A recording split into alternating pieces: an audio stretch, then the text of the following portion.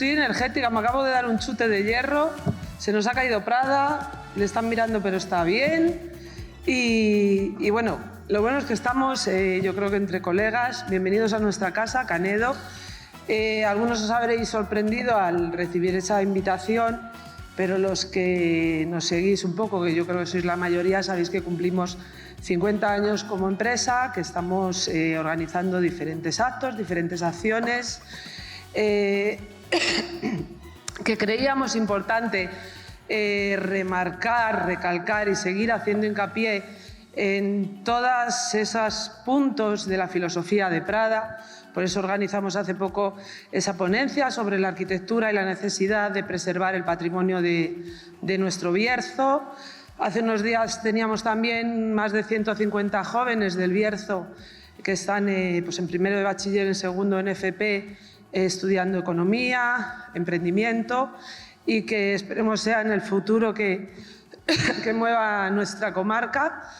Hablando pues de la necesidad de emprender en el mundo rural y de que se puede emprender en el mundo rural. Y sin duda, otro de los pilares de nuestra empresa y de la filosofía de Prada es y ha sido el mundo del vino. Y bueno, pues para hablarnos del vino y de lo que es el sector vitivinícola, pues cómo está en este momento, yo creo que tenemos a la máxima figura, que es a Pau Roca, que ha pasado el fin de semana con nosotros junto con Diana. Muchísimas gracias por acompañarnos. Gerardo está ahí, presidente del Consejo Comarcal, muchísimas gracias también. Bueno, yo creo que aquí, hoy, ahora cuando venía corriendo, a veces por no querer molestar o no ser pesados, no hemos invitado a todos los alcaldes. Pero creo que sería bueno que estuviesen hoy para ver que esa España vaciada de la que tanto se habla, pues pasa porque haya gente como estos bodegueros, como los viticultores, que no solo trabajen la tierra, que generen puestos de trabajo. Adelino, presidente del Consejo Regulador, se sabe las cifras mejor que yo, que generen esa riqueza de la que Prada siempre habla, que persiste en el tiempo y que además cuidan el paisaje, y que bueno, pues que ahora mismo vamos a ver a qué problemáticas nos encontramos con el mundo de la viña, de la vid.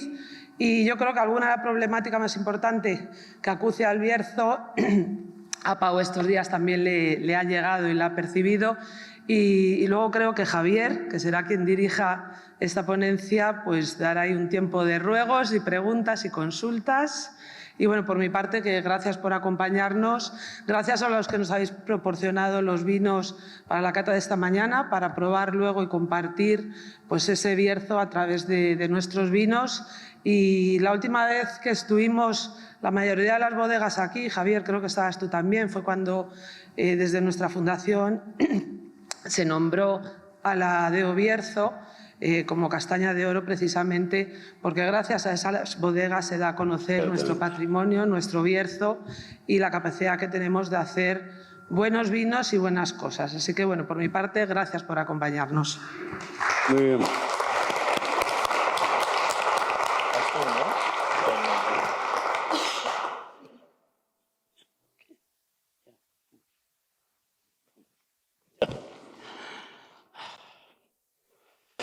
¡Upa! A la derecha. Buenas tardes a todos. Cuando Paco Entrena empezó en la enología, Paco, buenas tardes, el máximo organismo mundial del vino se llamaba la Oficina Internacional de la Viña y el Vino. En los últimos tiempos cambiaron las cosas y se denomina la Organización Mundial de la Viña y el Vino. El mismo titular lo dice todo. El máximo órgano que regula, que controla, que está identificado con los países, que tiene valor a la hora de ser consultados por los distintos países en todo el sector del mundo del vino. Bueno, pues hoy vamos a tener la oportunidad. Las gentes del vino, enólogos, sommelleres, fundamentalmente bodegueros. Está el presidente nacional de los enólogos, Luis Butrón.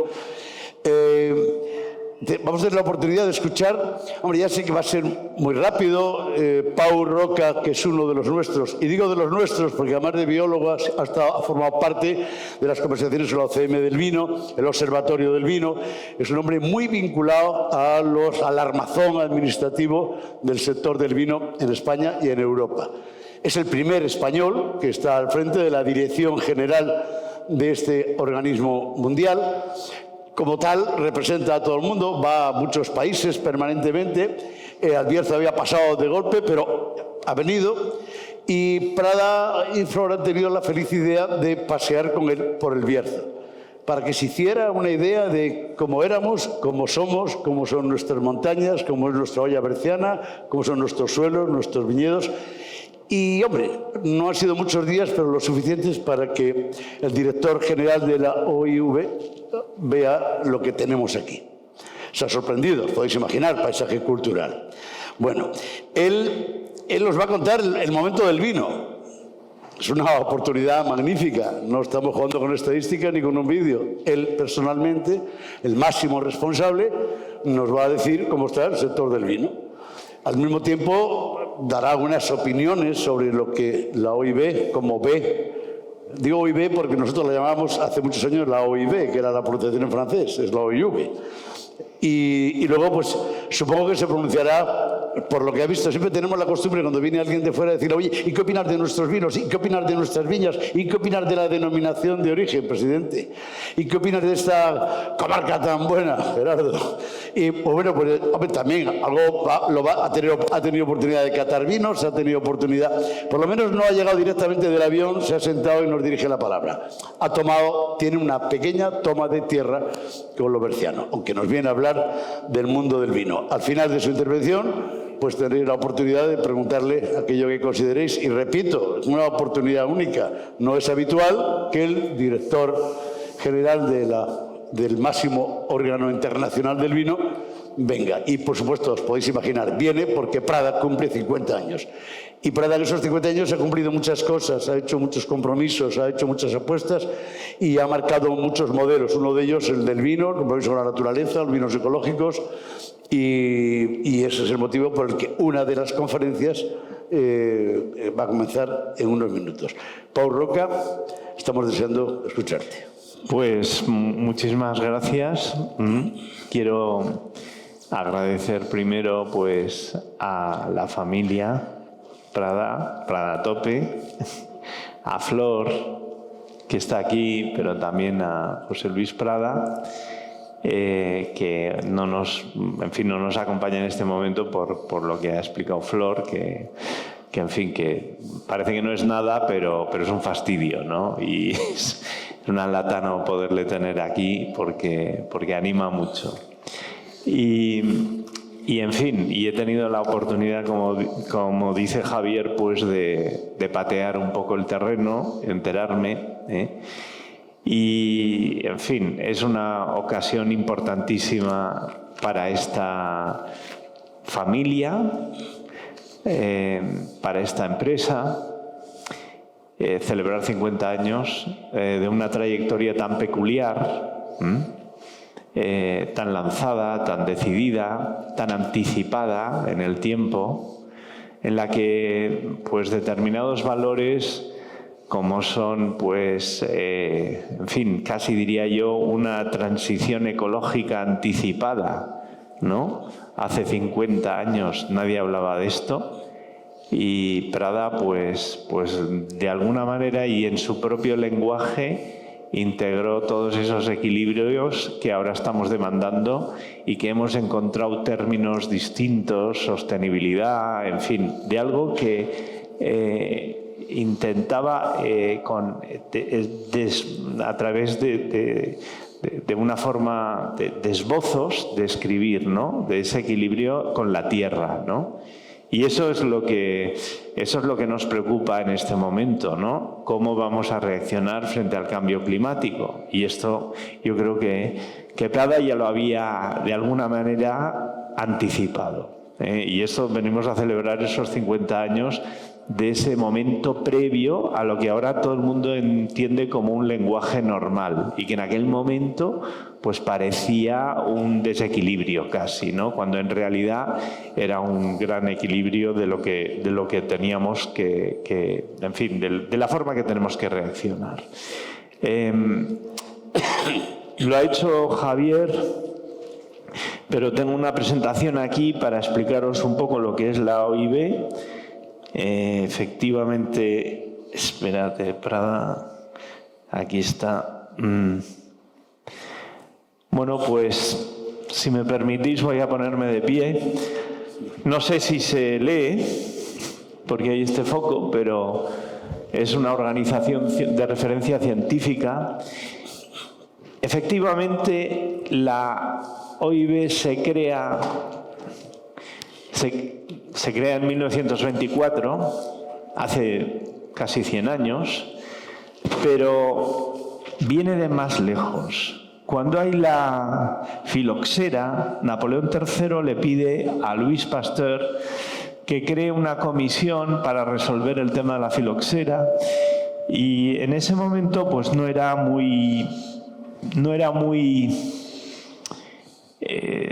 había muchas soluciones, ¿no? En 1870 pues eso no había. Y lo que se le ocurre a Louis Pasteur es crear un comité internacional de científicos. Y van transcurriendo los años, se encuentra una solución para la filoxera, que viene más bien de Burdeos. En fin, vamos encontrando soluciones, y ese comité internacional llega a un momento en 1919 en que hay la prohibición de las bebidas alcohólicas en Estados Unidos mediante una enmienda a la Constitución, ¿no? La ley seca. Y eso hace movilizar también a la comunidad científica, reclamando que esta organización que ellos tenían de forma más o menos voluntaria, pues se convierta en una organización intergubernamental. ¿Qué quiere decir eso? Pues en aquel momento Wilson se había terminado la Primera Guerra Mundial, 1918, y se había propuesto la creación de la Sociedad de Naciones. Se crea la OIT, la Organización Internacional del Trabajo. Se crea la OIE, la Organización Internacional de Epizootias, para la sanidad animal. Y dentro de la Sociedad de Naciones se crean dos comisiones, dos institutos, un Instituto Internacional de Higiene, que ahora se llama OMS, y la Organización Internacional, y lo que ahora se llama, hay diversas agencias de Naciones Unidas que empiezan entonces, y así la Organización Internacional de la Agricultura, la FAO, pues también tiene un instituto, y entonces el vino dice, pues vamos a crear una organización a partir de esa inquietud que hay de que no se prohíba el vino dentro de las bebidas alcohólicas. 1919. 1922 y 23 se van reuniendo una conferencia de naciones, y luego pues se termina esto firmando un tratado internacional en la que hay 7 estados que firman, entre ellos España, y que luego van ratificando los parlamentos de los distintos países. Actualmente es una organización que tiene 48 estados miembros.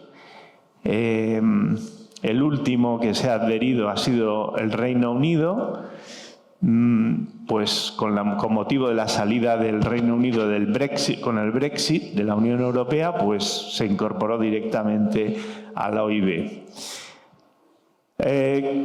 Hay 500 expertos, fijos de un colectivo de entre 750 o 1000 expertos que alternativamente van entrando o saliendo según las designaciones que cada Estado miembro cree pertinente.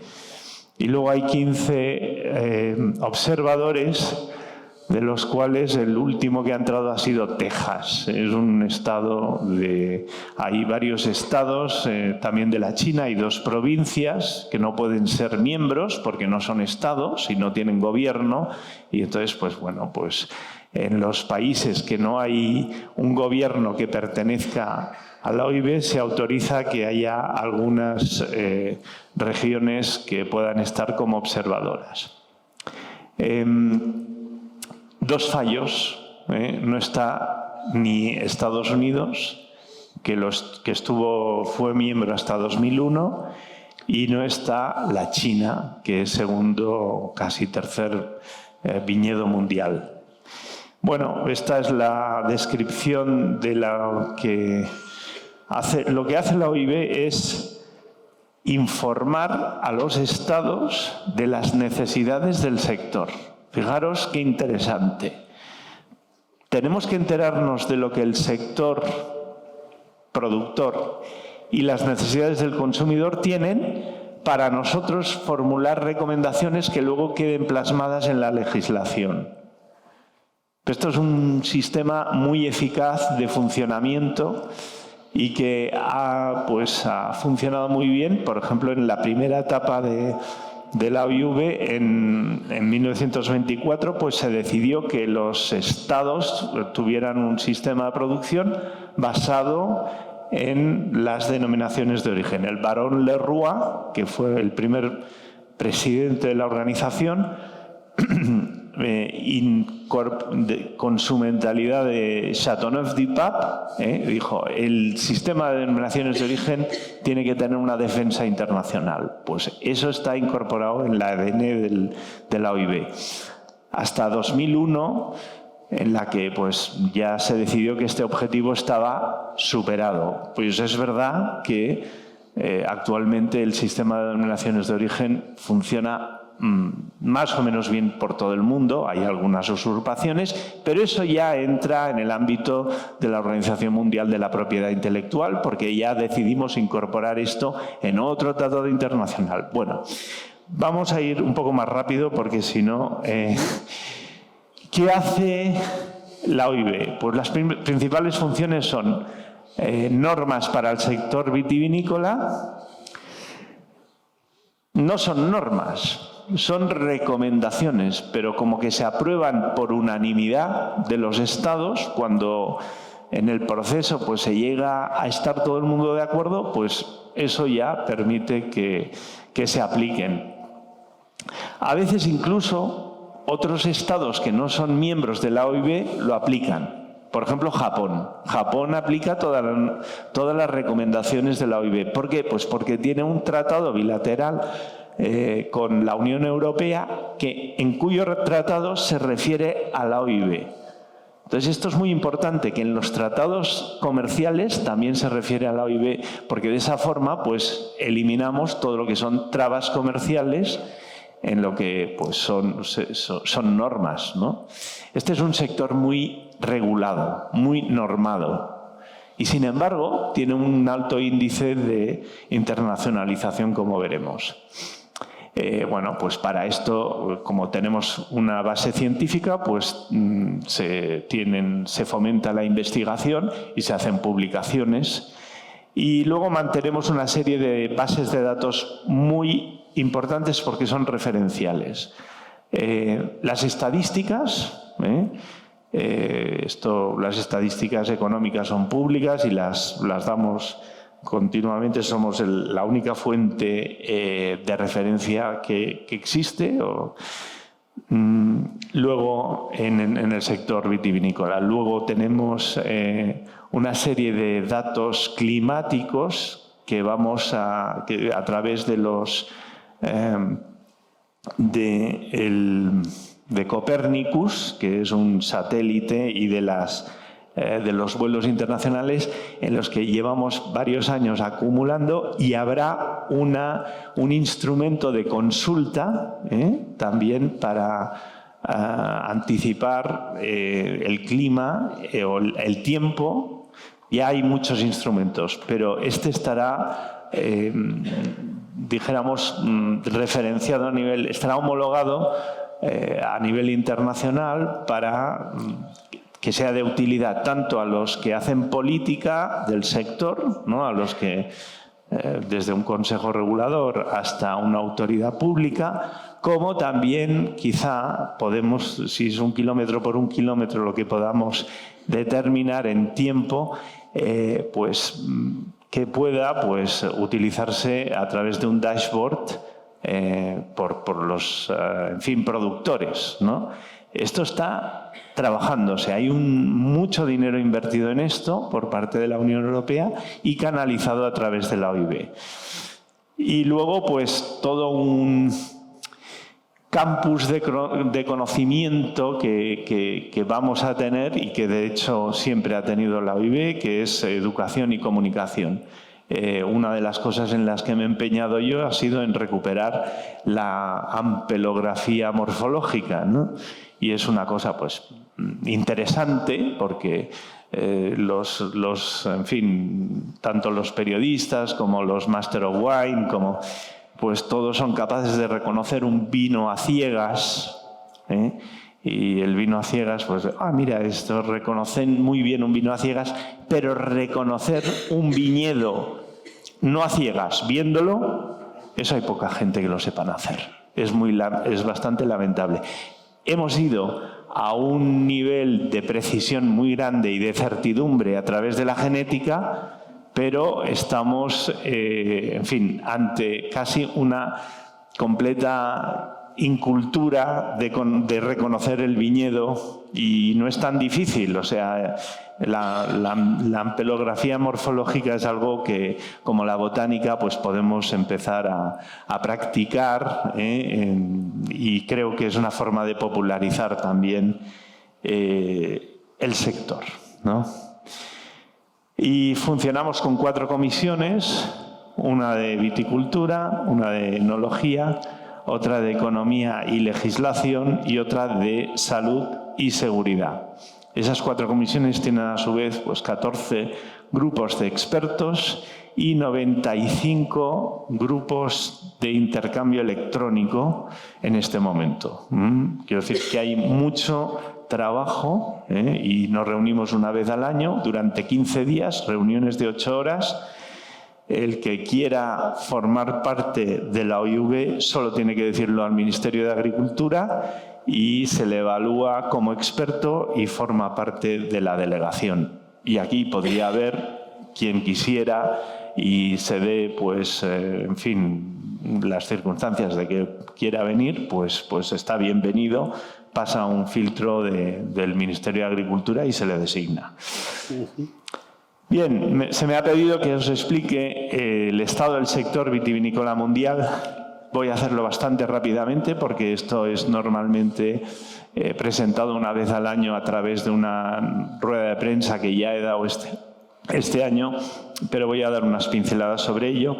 Y luego voy a intentar explicaros la importancia que tiene el vino desde un punto de vista de producto agrícola, ¿no? Los 6 primeros países vitivinícolas representan el 56% de la superficie mundial de viñedo en 2021. Bueno, hay 7,3 millones de hectáreas en el mundo. O sea, pensad, aquí tenemos 2.500 hectáreas, ¿no? Somos muy pequeños aquí en el Bierzo. No hay que preocuparse.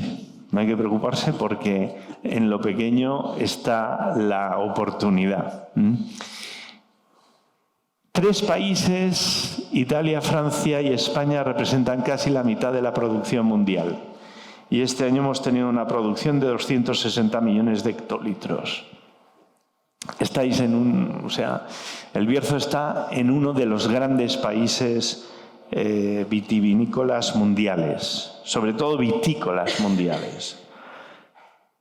Y luego el consumo del vino en 2021 se estima en 236 millones de hectolitros, un 1% más que el año pasado. Y bueno, ¿qué ha pasado? Pues hemos bajado muchísimo en consumo debido al COVID-19, el COVID, y sobre todo en los países de cuota de turismo importante con relación a la economía, pues ha sido, el impacto ha sido muy, muy grande. Pero, al mismo tiempo, ha habido una recuperación del consumo, incluso durante el COVID, en los hogares. Quizá no tanto en España, porque en España el consumo es muy de hostelería, restauración, horeca. Pero incluso en Italia hubo un repunte del 7% de consumo doméstico, interesantísimo, durante el COVID. Y luego durante el COVID se ha producido un aumento importantísimo del canal de ventas directas a través de Internet o de teléfono, si se quiere, pero de ventas directas. Y con un volumen de 111,6 millones de exportaciones mundiales en 2021, han aumentado un 4% respecto a 2020, registrando el mayor volumen de la historia. Estamos en este momento en el mejor momento de exportaciones. Nunca antes ha habido tantos intercambios internacionales. Habiendo salido de la pandemia, el repunte ha sido muy alto. O sea, estamos en un momento muy bueno. Aquí simplemente veréis cómo se distribuye cada uno de los países en superficie.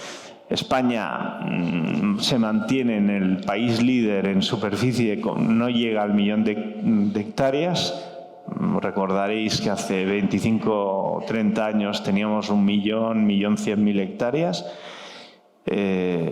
Pues se bajó y luego hay un reparto del 1% de derechos de de autorizaciones de plantación que no llegan en España a cubrirse. Italia sí aumenta a más o menos a este ritmo y Francia también están aumentando. China se ha estabilizado, tuvo a principios de siglo un crecimiento importantísimo. En China tenemos mucha superficie de viñedo destinada a uva de mesa y tenemos Turquía dedicado a uvas pasas, donde la superficie está bajando.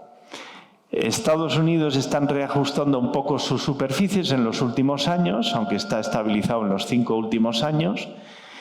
Pero ahí hay, los costes son altos de producción y seguimos teniendo una producción muy dirigida al mercado doméstico. La producción interna de Estados Unidos es un sector poco internacionalizado. O sea, no ves mucho vino de Estados Unidos por el mundo. Su consumo interior es tan grande que, en fin, las necesidades no se cubren y, por tanto, ahí hay un espacio para las exportaciones importantísimas. Es el primer país consumidor, como veremos. El resto, pues, tienen variaciones interesantes. Estos son los 20 primeros países. Y, en fin, y a partir de abajo hay algunos países que son musulmanes. Muy interesante la evolución de algunos países de Oriente, India, y también ahí tenemos posibilidades quizá de ver cuál es el futuro. Pero bueno, son países, como veis, con relación a los 3 o 4 grandes países que no son muy significativos en términos de superficie. En producción, pues, como decíamos, entre 3 países se produce casi el 50% y... no, esto es, sí, producción. Y estas son las variaciones con relación al año pasado.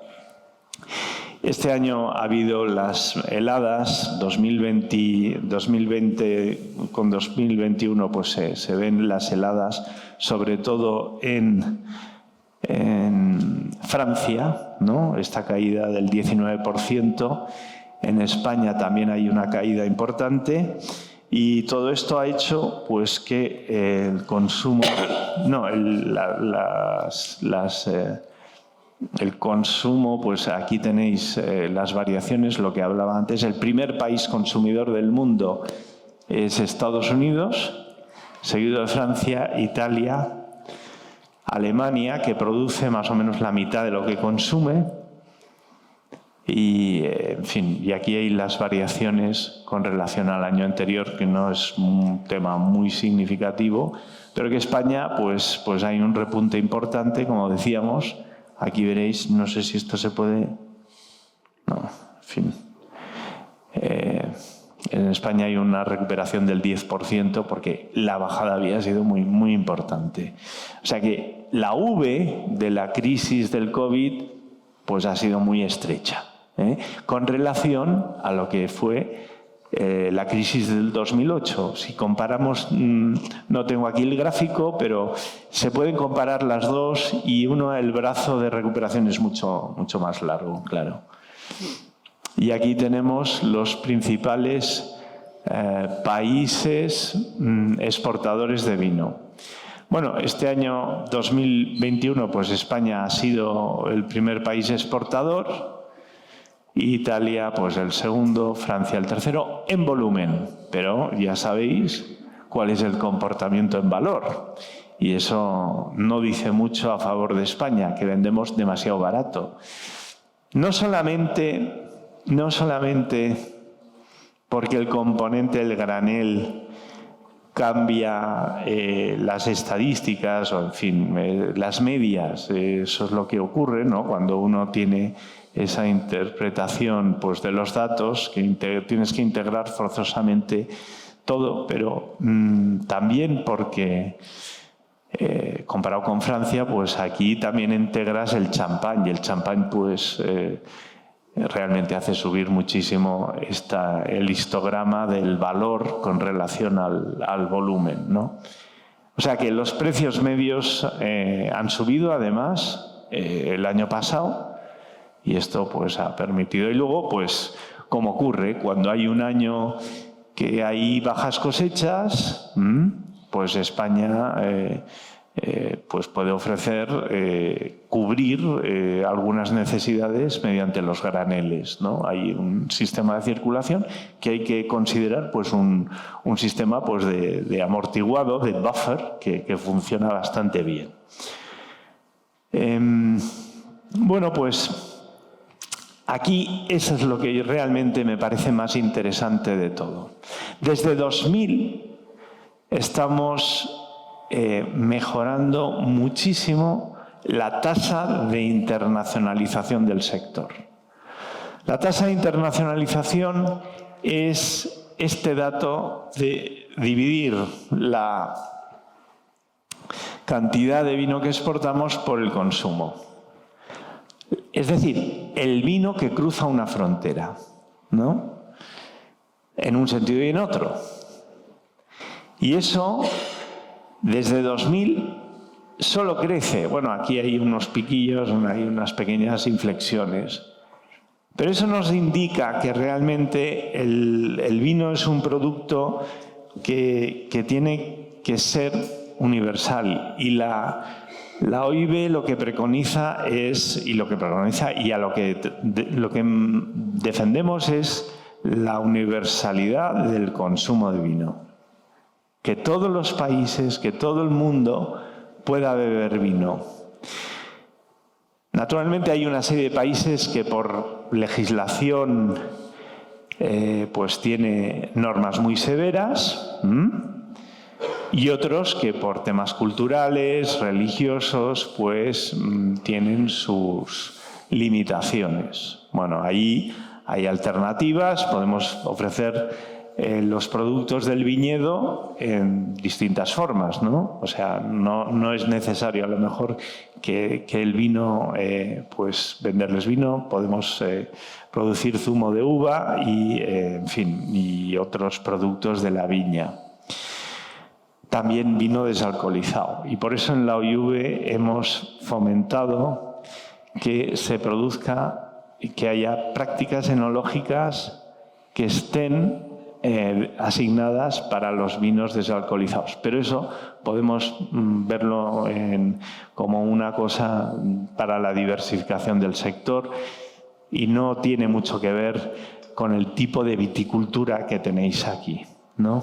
Pero, en fin, es una salida muy importante para que el vino pues, sea percibido por todos los consumidores del mundo, incluso aquellos que tienen problemas pues, culturales, religiosos, o, en fin, que hay que respetar y que creo que pueden entrar en niveles de tolerancia con relación al consumo del vino.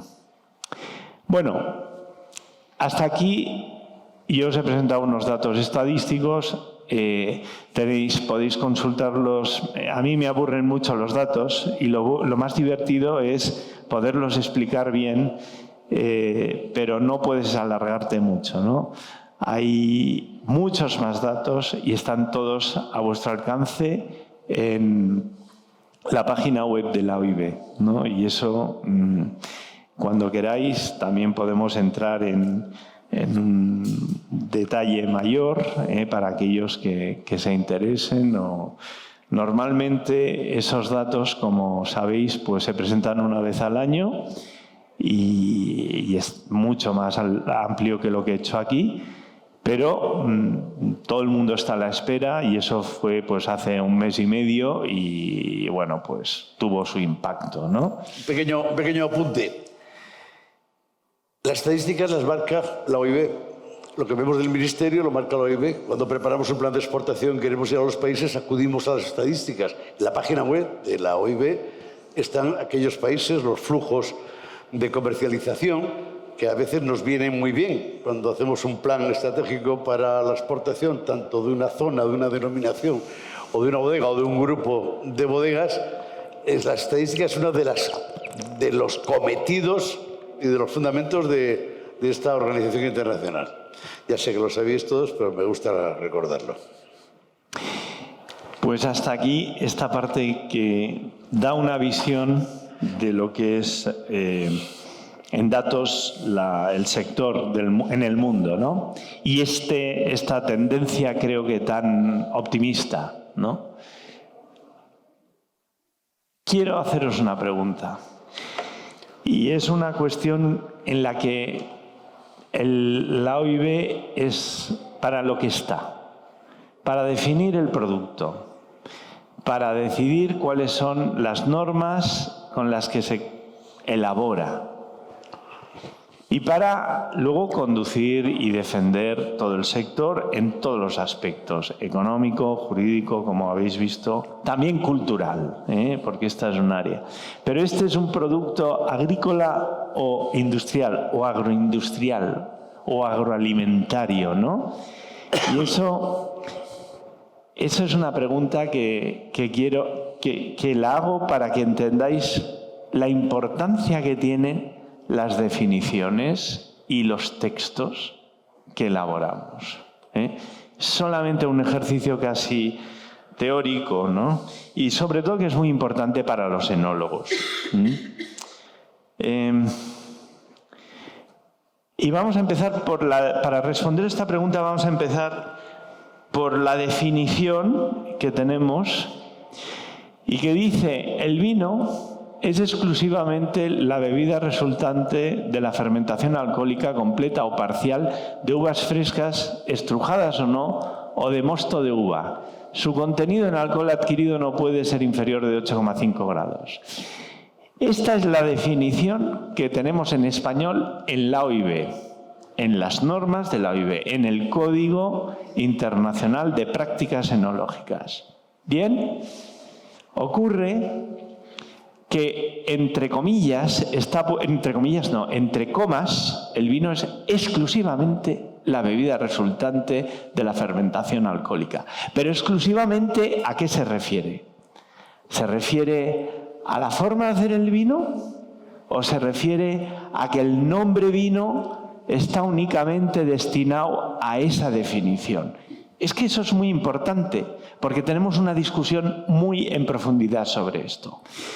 En inglés, esa definición dice wine is the beverage resulting exclusively. Aquí el adverbio se aplica al resultado. Resulting exclusively quiere decir que exclusivamente está afectando a lo que nosotros estamos haciendo con el vino. El vino solo puede hacerse con uvas. Y eso es muy importante ver que la definición en inglés es la que... Y luego veréis la definición en francés, dice le vin est exclusivement la boisson résultant de la fermentation alcoolique. Y ahí hay un problema, porque exclusivamente se refiere al nombre vino. Podría referirse también a la bebida resultado con las prácticas enológicas que se determinen. Pero el francés no está tan claro. Entonces, ¿por qué estamos discutiendo, por ejemplo, tantas cosas relacionadas con la chaptalización, por ejemplo, que fue en su momento un tema, ¿no? O ¿cuál es el nivel de incidencia de las prácticas enológicas? Vamos a ver esto. Resulta que la Unión Europea ha cogido la versión inglesa para traducirlo en todos los idiomas oficiales de la Unión Europea. Y entonces todas las definiciones de la Unión Europea les atribuyen la exclusividad a la forma de hacer el vino. Solo con uvas. Pero los franceses quieren que no, que es que el término vino se refiera únicamente a esa definición. ¿Lo entendéis? Es un poco delicado. Y para eso vuelven para atrás a la definición de 1923, que dice que fue la definición que condujo a la creación de la OIV, que dice la denominación, y yo lo tengo que leer en francés para que veáis que las connotaciones de la definición son muy diferentes según cómo se traduzcan. Y estamos en un momento en que, bueno, aquí vamos a ver, la denominación de vin doit être exclusivement réservée à la boisson obtenue par la fermentation. No se refiere aquí exclusivamente a la obtención de la fermentación, ¿no? Con uvas frescas o de zumo de uva. No. Aquí dice que es la denominación vino que se debe reservar, cuando en realidad ya no se usa el término vino de forma exclusiva, porque con la entrada de Dinamarca en la Unión Europea hace años se dijo, bueno, pues vino de cerezas, vino de tal. Bueno, pues, y sin embargo, hemos visto cómo el vino se produce exclusivamente a partir de uvas. Esto es importantísimo. No estamos en esta definición. Pero hay una segunda parte de esta definición que dice la énumération des usages devra faire aussitôt possible l'objet d'une entente entre les pays producteurs. 1923. ¿Qué ocurre? Que en 1923 ya se dijo hay que enumerar las prácticas enológicas, formando parte de la definición. Y entonces, a partir de ahí, se hizo el Código Internacional de Prácticas Enológicas que tenemos en la OIV y que se publica todos los años, que es un tochazo así y que los enólogos conocen muy bien y que pues permite aplicar una serie de prácticas enológicas y entre los cuales está esto, la enumeración des usages. Esto es a lo que ha conducido. Aquí estamos en 1923 definiendo lo que son esas prácticas enológicas. ¿Cuándo pasan a denominarse prácticas enológicas en lugar de usage y tal? Bueno, pues no lo sé. La verdad es que deberíamos verlo. Pero se trata, en todo caso, no se trata de unas recetas. No se trata de recetas para hacer el vino. No. Son, lo voy a defender así, fórmulas correctivas autorizadas. Es decir, que son remedios. De alguna manera te puede llegar el vino con algún problema y se autorizan algunas correcciones. Volveremos a esto un poco más tarde. Este es Louis Pasteur, que es el padre de la enología moderna y del que, bueno, pues aquí celebramos el 50 aniversario de Prada a tope, pero es el bicentenario también este año del nacimiento de Louis Pasteur en Arbois. Y bueno, muy curioso que este año casi se olvide esto incluso en Francia, ¿no? Yo he dicho, pues hay que celebrar el bicentenario de Pasteur porque y hemos querido contribuir a esto, pues vamos a vinificar de la viña de Pasteur, este año vamos a vinificar las botellas que de aquella viña que está en Arbois y nos hemos quedado con la vinificación en 2022 y bueno, ya nos están pidiendo botellas. Va a ser, bueno, le he pedido a Luigi Moyo, que es un especialista en Pinot Noir, pues que nos lo vinifique, ¿no? Y está vigilando el viñedo y vamos a tener la añada 2022 del bicentenario de Pasteur. Pero Pasteur publica un libro que habla, aquí hay varias ediciones en esta, que pone, en francés pone Études sur le vin, ses maladies, causes qui les provoquent, en fin, enfermedades del vino. Habla de las enfermedades del vino. ¿Y cuáles son las soluciones a las enfermedades del vino? Pues claro, si esto es así, ¿no? Podemos pensar que las enfermedades hay que curarlas, ¿no? O sea que efectivamente son fórmulas correctivas, ¿no? Y de hecho solo hay dos formas de hacer el vino: la vinificación en blanco y la vinificación en tinto. Y todo lo demás deben ser formas correctivas. Bueno, y están los vinos espumosos, que es otra técnica. Pero en realidad eso es. Y es un poco lo que dice este hombre, que está apuntado aquí, que dice, como lo pone, vinum natura gentium. Este es Virgilio. El vino nace por naturaleza. Eso lo dice en el libro segundo de las Geórgicas. Bueno, es un libro que tiene publicado en aquel momento. Virgilio, toda la vida. Sí, unos 2000 años. Y, en fin, este hombre pues se anticipa un poco a lo que hablamos del vino. Si el vino nace naturalmente o lo produce la naturaleza,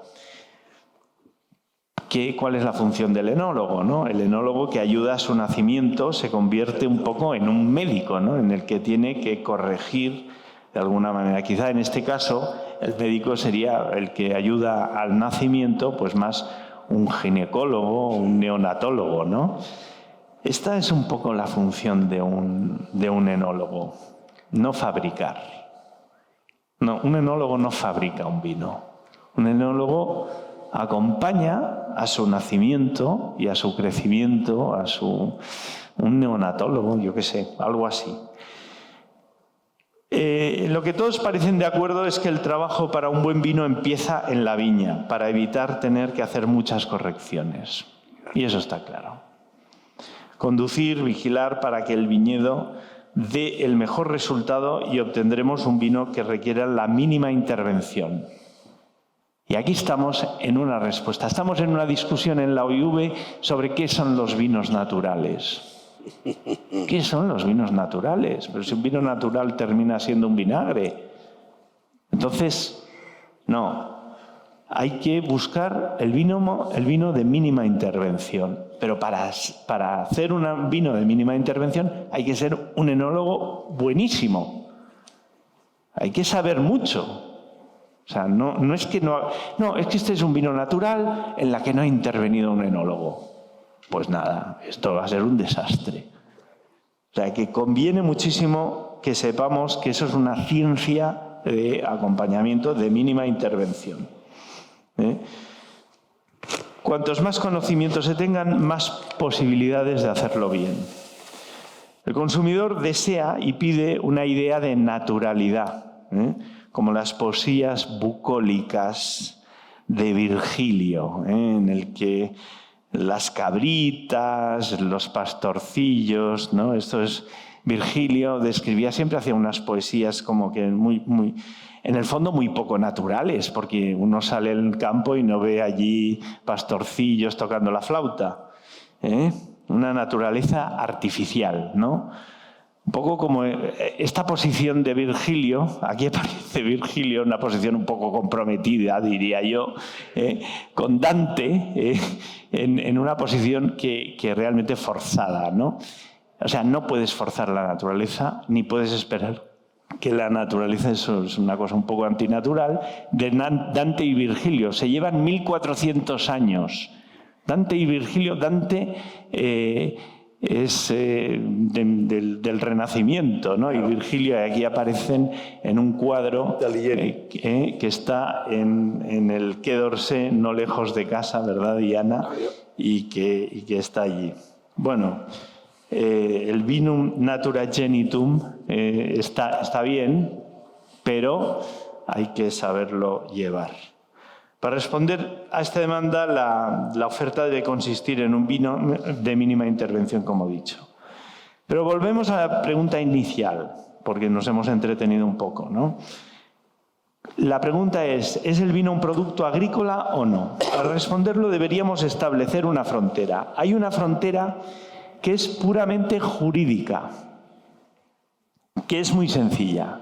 ¿Dónde está la definición de producto agrícola? Pues en el Tratado de Roma, 1958, que aunque esté derogado por el Tratado de Funcionamiento de la Unión Europea o el Tratado de Lisboa, pues nos vale como precedente. El Tratado de Roma definió una lista en el anexo 2 con los productos agrícolas, sobre los que iba a desarrollar una política agrícola común, la PAC. Y en dicha lista aparecen los cereales, aparecen las frutas y hortalizas, aparece el vino, no aparece la uva. No aparece la uva, no aparece el fruto de la vid, no. Aparece el vino, ¿no? El vino como producto agrícola. Ni siquiera aparece la uva para hacer vino. Eso es una cosa muy curiosa. Si no, es el vino como tal. Bueno, pero podéis decirme, esta es una definición jurídica positiva, ¿no? Vamos, por tanto, a buscar si podemos demostrar que el vino, por la vía contraria, que el vino no es un producto industrial, O sea que la vía contraria también jurídica, pero de que no es un vino industrial. Hay que demostrar que no es un producto ni industrial ni agroindustrial. El Codex Alimentarius, que es una comisión conjunta de la FAO y la OMS, la Organización Mundial de la Salud y la Organización de la Agricultura, define lo que son las buenas prácticas de fabricación. Good Manufacturing Practices. Está aquí, GMP. Y nosotros, la OIB define las prácticas enológicas. Ya empezamos con la OIB y la FAO teniendo caminos diferentes. Importante porque estoy en una fase con la FAO de reconstruir puentes, porque no podemos ir por separado. En 1948 la FAO y la OIV intercambiaron unas cartas, échange de lettres, que se dice en términos diplomáticos, que es simplemente decirse el uno al otro lo que mutuamente acuerdan.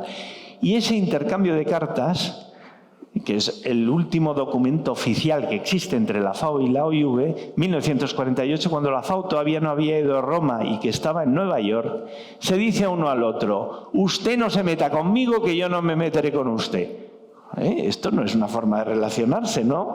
Yo creo que la FAO y la OMS, la FAO y la OIV tienen formas de relacionarse, y desde luego hace 3 semanas estuve con el actual secretario general de la FAO para ver si podíamos realmente combinar las cosas. Pero bueno, tenemos un órgano de colaboración que es este Codex Alimentarius, que es donde están todas las definiciones de los productos que un alimento puede incorporar, sean aditivos, sean auxiliares tecnológicos, que el Códex no tiene reconocidos. En fin, ¿cuáles son? Y entonces hay una serie de cuestiones comunes entre prácticas enológicas y buenas prácticas de fabricación, que son que los límites de seguridad alimentaria, lo que cada uno puede tomar sin envenenarse,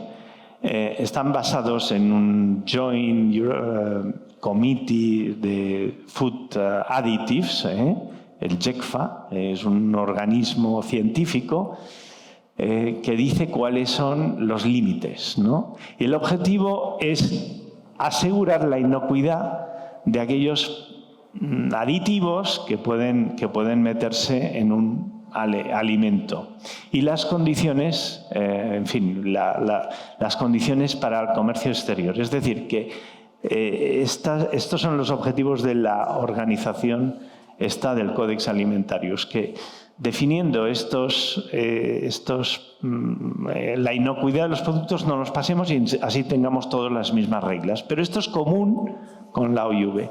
Pero la OIV tiene otros objetivos más allá de lo que pide el Codex Alimentarius, que es que los objetivos son de integridad del producto, es decir, exclusividad de producción con uvas, el exclusivamente ahí va unido al proceso, la autenticidad y otros elementos de calidad del vino, ¿no?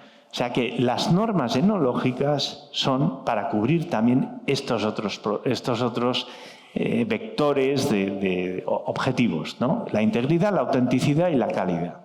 Y eso el Codex Alimentarius no lo tiene.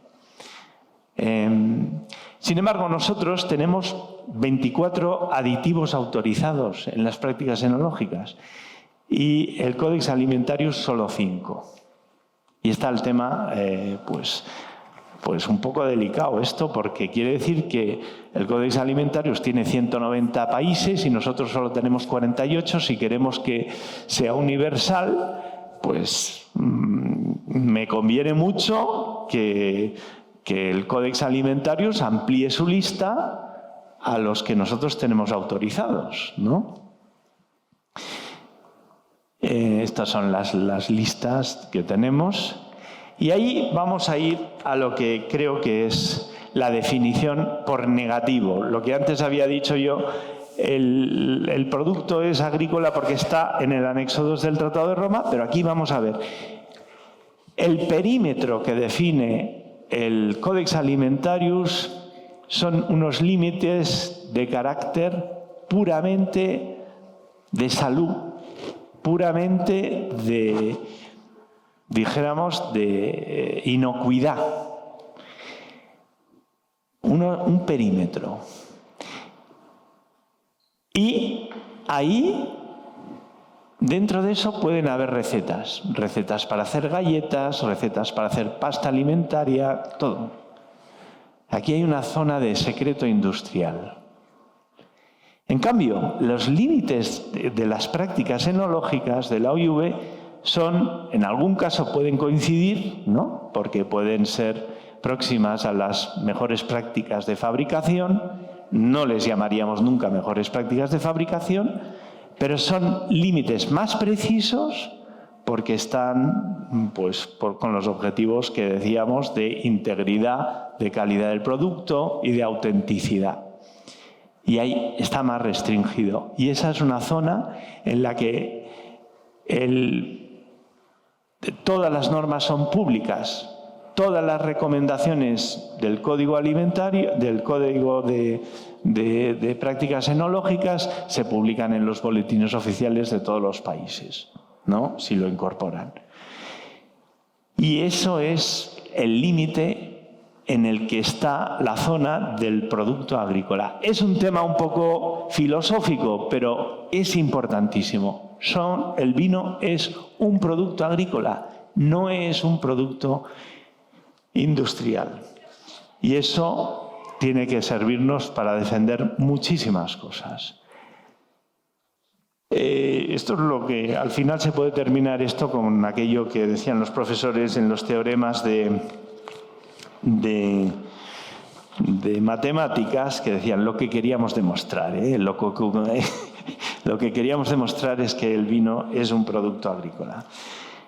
¿Por qué es tan importante este tema? Bueno, pues porque nuestras normas de la OIV, ese acervo de normativa, de recomendaciones que lleva acumulándose un siglo, ha configurado un sector económico, un sector cuya estructura económica tiene unas características muy peculiares, que es una cadena de valor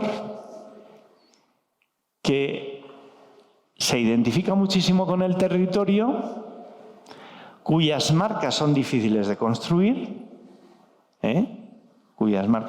que no es una commodity y que ¿por qué no es una commodity? Porque tiene una segmentación de precios que no es, tiene una gran segmentación de precios entre un vino que puede valer pues 0,60 a un vino que pueda valer pues no sé, 1.500 euros la botella. Y por tanto, este es un producto que está gestionado por una cadena de valor bastante equilibrada en la distribución de sus beneficios, en la que hay una gran dispersión de centros de beneficio, eso también, pero sobre todo da una gran atomización del sector, una gran fragmentación. Y esto, que antes lo veíamos como un elemento de debilidad, ahora es una fortaleza. Porque es una fortaleza porque nos da una diversidad, yo diría casi una biodiversidad genética en las estructuras económicas que nos hacen ser muy adaptables, muy resilientes frente al cambio climático. El sector del vino puede ser un paradigma de estructura económica si tenemos una crisis del cambio climático. Y de esto tenemos que estar muy orgullosos. Sé que es difícil trabajar en estas condiciones. Sé que es muy difícil tener pues una cadena de valor que está tan vinculada al territorio, pero es una fortaleza, es una protección y en la que, pues, lo veis todos, las multinacionales no se interesan por el producto. No se interesan, no pueden concentrar en un solo vértice los beneficios. ¿Cómo puede ser un producto industrial como la cerveza? Esto está claro, esto es así. Podemos quejarnos o podemos encontrarle los aspectos positivos. Y yo francamente considero que esto es una fortaleza por esa resiliencia que da frente a la gran crisis que a lo mejor no nos estamos dando cuenta en la que estamos entrando, pero en la que tenemos que interpretar todo a través de un filtro que son los equilibrios y la madurez hacia un ecosistema casi perfecto como pueda ser pues un bosque en su estado más climático, de equilibrio entre especies y de gran biodiversidad. Y eso no es solo teoría, eso es verdad. Solo los ecosistemas que han llegado a la perfección del equilibrio, se llame jungla amazónica, se llame arrecife de coral, se llame bosque mediterráneo, solo estos ecosistemas son resilientes, solo estos, y solamente si tienes una gran biodiversidad puedes resistir a ello. Y económicamente, en una, dijéramos, interpretación ecológica de la economía, en nuestro sector está mucho más adaptado que otros, en los que pues veremos a lo mejor algunas desapariciones de especies pues de dinosaurios. Eso es todo lo que os quería decir. Muy bien. Yo algún apunte, luego vamos a dar paso a todos, ¿eh? Yo tengo algunos, yo no sé si lo he entendido, yo me pierdo bastante, pero... te lo explico mejor, ¿eh? Hay mucho cachondo en el mundo del vino. Y claro, la nomenclatura, la legislación, los términos están bien defendidos desde el máximo organismo internacional.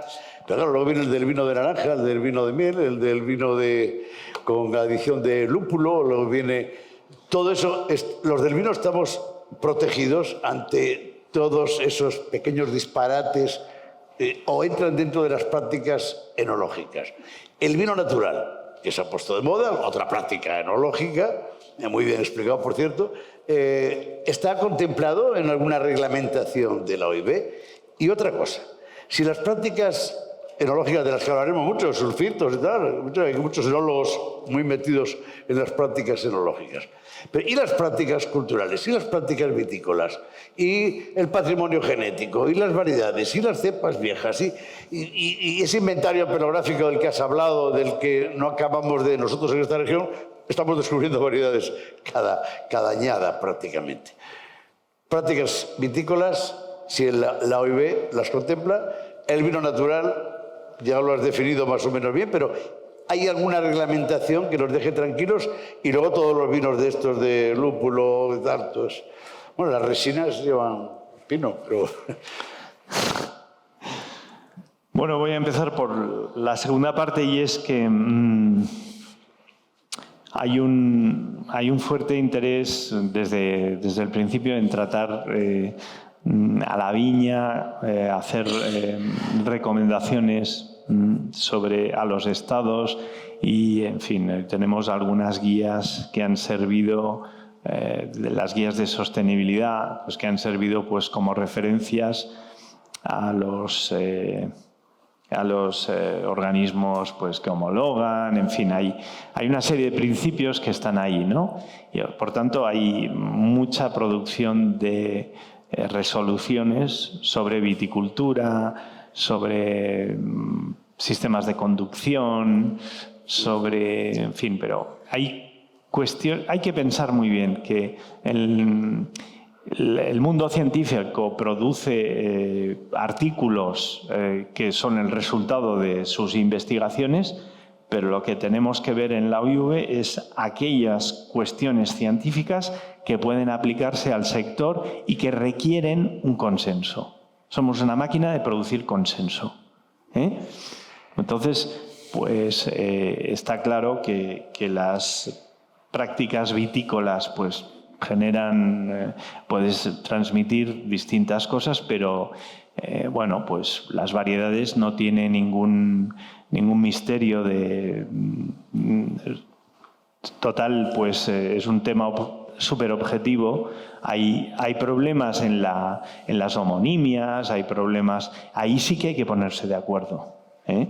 Pero en nombrar igual a dos variedades que son distintas o distinto a la misma variedad, eso son cuestiones que pero, existan por ejemplo, ahí. Si un país miembro de la OIB, su ministerio, que regula las prácticas vitícolas dentro de las líneas de agricultura, no sé, la gente que vive en ese país dice, yo es que tengo unas variedades muy raras, muy extrañas, tengo un viñedo muy viejo, y quiero que me ayudes.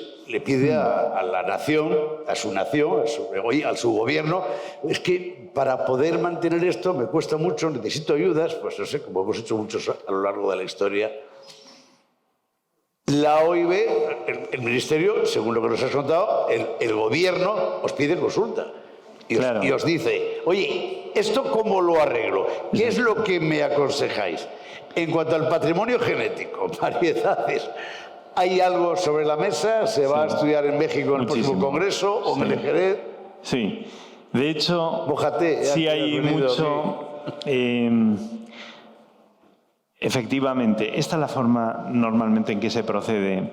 O el sector o un gobierno que escucha al sector, pues dice, este tema es un problema, lo trae sobre la mesa y allí se discute con un nivel científico, con comités científicos. Se tarda bastante, porque son cuestiones que requieren... Y entonces hay que ponerse de acuerdo. O sea, hay que ponerse de acuerdo. Para producir una resolución hay que ponerse de acuerdo. Entonces, pues la verdad es que tenemos un índice de éxito bastante grande. Cada año pues producimos 40, 50 resoluciones. Comparado con otros organismos internacionales somos muy productivos. Naturalmente a veces definen una cosa muy mínima y dices, qué chorrada es esto, pero es que es importantísimo porque eso es la referencia que luego todos los países van a tener. Entonces, sobre temas, por ejemplo, sobre una cuestión que está, por ejemplo, vamos a tomar el ejemplo de aquí de los cables esos, vale, vamos a poner un ejemplo. A la OIV le preocupa lo que te han contado algunos de los que están aquí, que vamos a deteriorar un paisaje cultural, que vamos a interrumpir un paisaje cultural del que vivimos. Puede ser. Con la conducción. Entonces, este es un tema que no se ha suscitado en la OIV, no se ha suscitado... Se ha suscitado a veces, pero ha ido por vía de la UNESCO normalmente. Paisajes, valor intangible y defensa del patrimonio, como se llama, de protección del patrimonio, ¿no? Bueno, pues eso puede progresar a través de la UNESCO y tal, y entonces tienen una lista de un inventario de paisajes vitícolas, yo creo que hay 15 en este momento. Bueno, pero es que en el sector, en la OIV, esas cosas podrían progresar mucho más rápidamente. De hecho, hay un grupo de gente que están estudiando dentro de la OIV, dentro de lo que es el grupo de discusión sobre cómo medir la sostenibilidad, hay un grupo de gente que están muy preocupados sobre el patrimonio. Un grupo de científicos y de sociólogos son más o menos 30 personas, de distintas universidades, en las que no hay casi ningún español, Esto también lo tengo que decir. Bueno, hay mucho italiano, en fin. Y esos están preocupados sobre el valor patrimonial en la definición de la medición de la sostenibilidad o de parametrizar de alguna manera. Pueden tardar años, pero al mismo tiempo, estamos hablando en términos de sostenibilidad y hay una discusión casi filosófica sobre el valor del patrimonio. Ahí. Al mismo tiempo, hay otro grupo de viticultura sobre los viñedos viejos. A este sí que está muy dominado por España. Y que si el ácido abscísico, me parece que es, aquí habrá alguien que sepa lo que es el ácido abscísico, que es en las raíces de los viñedos viejos aparece como una hormona que hace que el comportamiento de los estomas sea diferente y que esto, pues allí hay una discusión sobre viñedo viejo. Pero están descubriendo que el tema del viñedo viejo, que también están discutiendo si llamarle viejo o no, y están discutiendo si van a ser de más de 45 años o de 50 en fin, lo que sea. Y si va a ser el 85% o no, qué nivel de fallas, cómo se reponen las fallas, todo ese tipo de cosas que hay que poner en un documento, pues están discutiendo sobre el valor patrimonial, genético, que puedan tener esos viñedos, porque nunca hubo una selección clonal. Entonces, hay cuestiones muy interesantes, porque fue una selección policlonal o masal, como le queráis llamar, y entonces aparecen cosas muy interesantes que dan elementos de resiliencia al comportamiento del viñedo, y donde pueden descubrirse, pues eso, nuevos clones, nuevas variedades, en fin. Entonces, hay dos cosas, valor patrimonial, y están coincidiendo sobre el tema del valor patrimonial, tanto del paisaje como del viñedo viejo. Aquí hay las dos cosas. Claro. Aquí el tema del Bierzo. Puede que produzcamos una resolución con este ejemplo del atentado que pudiera representar, todo, pues que eso en la discusión progrese, y que, bueno, pues a lo mejor podéis tener la mala fortuna de que aquí las cosas vayan fatal, de que se instale todo, pero que el ejemplo de lo que se ha estudiado con el caso de aquí evite que haya otros que puedan, en fin, a veces hay que ser el primero. Aquí estáis muchos que estáis comprometidos con la plataforma. Ricardo, estás ahí tú, el presidente del Consejo. Vamos a ver, ¿se ha hecho alguna formulación, se ha presentado algún expediente dentro de esa reivindicación a la OIB? ¿Alguien ha enviado, Ricardo? No, porque eso viene por España normalmente. No te oímos. Que no tenemos tiempo para pensar ni filosofar. Ya. Que nos los van a plantar el año que viene. Ya. No te oímos, tenemos que oírte, si no, no... Un micrófono. Mira si hay un micro, por favor, un momentito. No, dice que no hay tiempo para filosofar y pensar, ya lo sé. Partir de ahora por eso estamos nosotros. A partir de ahora, decir vuestro nombre, decir soy bodeguero, soy viticultor o soy arzobispo de Zaragoza. Decir vuestro nombre para que los demás, y fundamentalmente Pau Roca, os conozca. Ricardo, ponte de pie, te quiero ver así como escondido. Joder. ¿Se oye? A ver, no funciona. Espera, que te lo van a... Sí. Ahora. Hola. Que no tenemos tiempo para pensar ni para filosofar. Es muy loable todo el trabajo que hacéis, pero nuestros queridos políticos nos van a llenar el Bierzo de molinos y dilo, porque no son cables, son molinos de 200 metros, bueno, y van a llenar todo de molinos y de cables además y de torres.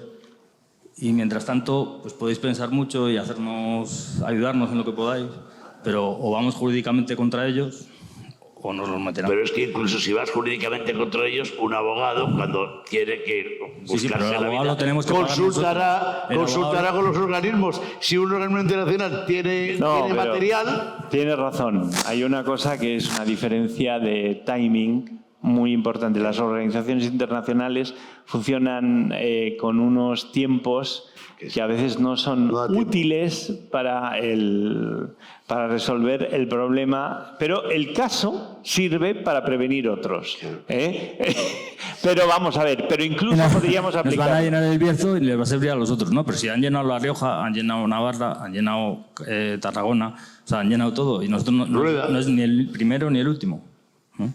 Y seguramente ni siquiera los políticos que hay aquí presentes puedan hacer nada. Si yo tampoco critico directamente a nadie, pero vamos, no espero nada ni de la IUV, ni de los políticos, ni nada. O sea, o actuamos nosotros a través de nuestros abogados pagándolo nosotros, o nadie nos va a hacer nada. Pues vaya, yo ahí quizá que estamos celebrando sobre este tema. ¿Alguien más, presidente del Consejo? ¿Más viticultores, bodegueros, viticultoras? Decir nombre, por favor, ¿eh? Sí, buenas tardes. Yo soy Elo García, soy de una pequeñita bodega que está ajustada mucho más grave todavía que lo de los cables, porque lo que nos van a hacer a nosotros es arrancarnos directamente un paraje de viña centenaria. Y se lo van a cargar 14 hectáreas de viña centenaria. Y si no lo paramos, pues van a desaparecer.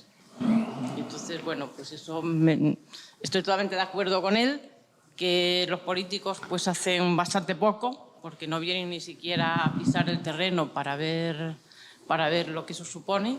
Es un atentado contra la biodiversidad, contra todos un crimen, y lo único que podemos hacer y que estamos haciendo es gastarnos nuestro dinero para defender esto.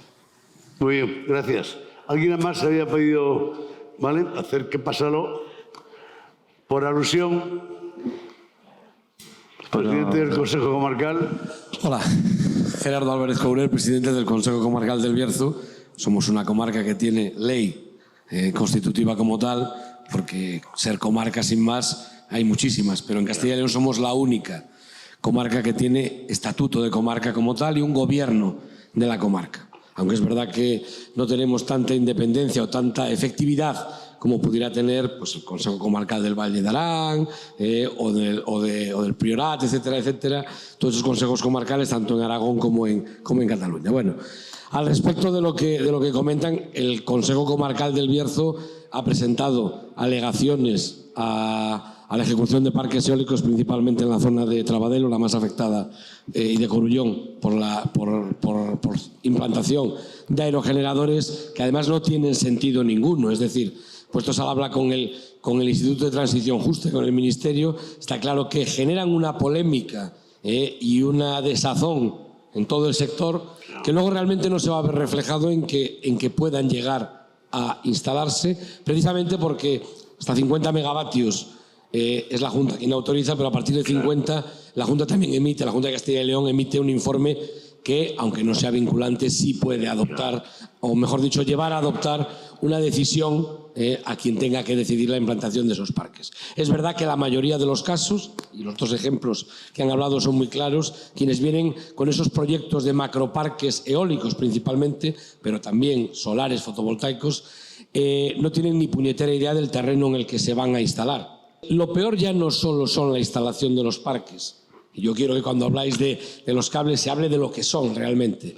Y eso ya me toca profesionalmente hablando. Porque son líneas de evacuación, la mayor parte de ellas a partir de 145.000 voltios, sino de más, de 230 o de 380.000 voltios, que lo que hacen es degradar todavía mucho más el paisaje. Y sobre todo, sin ningún rendimiento, que no voy a justificar, ojo, no estoy diciendo que porque se instale un aerogenerador en una pedanía, o 2 o 5, eso suponga un dinero que le viene muy bien a la pedanía, por eso no estoy justificando la instalación de aerogeneradores, y más en zonas con un paisaje excelente, pero sobre todo con un rendimiento agrícola espectacular, sí en las líneas de evacuación, porque las líneas de evacuación a los propietarios, a los que le destrozan sus viñedos, no les supone ni un solo euro de compensación.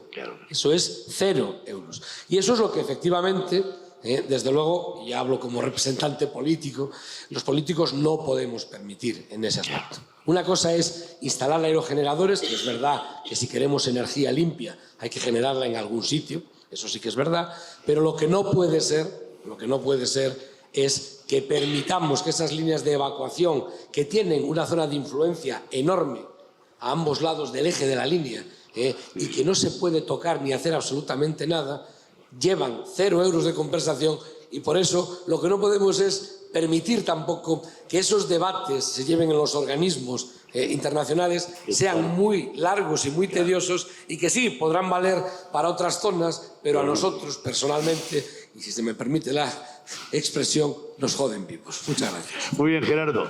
Vamos a seguir abundando en ello por ordenar un poco. Alguien más sobre este tema. Luego nos quedan los concursos de vinos que también nos vienen a la hora de vender, que dependen de la OIB, las prácticas enológicas que nos preocupan, en determinadas prácticas enológicas, por si os apetece hablar del tema o lo que queráis. ¿Alguien más quiere hablar sobre...? Vale. Este tema no, sobre... Venga. Yo, no, por terminar de responder, efectivamente, yo sí quiero... Bueno, primero quiero saludar a mi anfitrión, que ha llegado, Prada, y que, en fin, que te pongas bien de eso del tendón, una chorrada, ¿no? Eso supongo que se puede volver, en fin, que ánimos. Y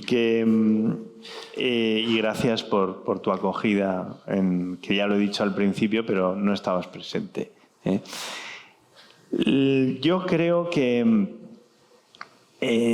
cualquier discusión internacional obliga a un posicionamiento del Estado. Si inicias una discusión sobre un tema que se ha escogido como un ejemplo de posible, en fin, de un tema sobre el patrimonio paisajístico, etcétera, pues eso requiere, pues interpela al Estado, porque es un organismo de Estados, ¿no? Y bueno, pues siempre va bien tener una discusión abierta. Esto es un tema de estrategia o de táctica política, tener un tema abierto en un foro internacional sobre una cuestión que luego pues y siempre apoya, ¿no? Pero es verdad que una resolución tardas como mínimo 3 años. Eso también es verdad, ¿no?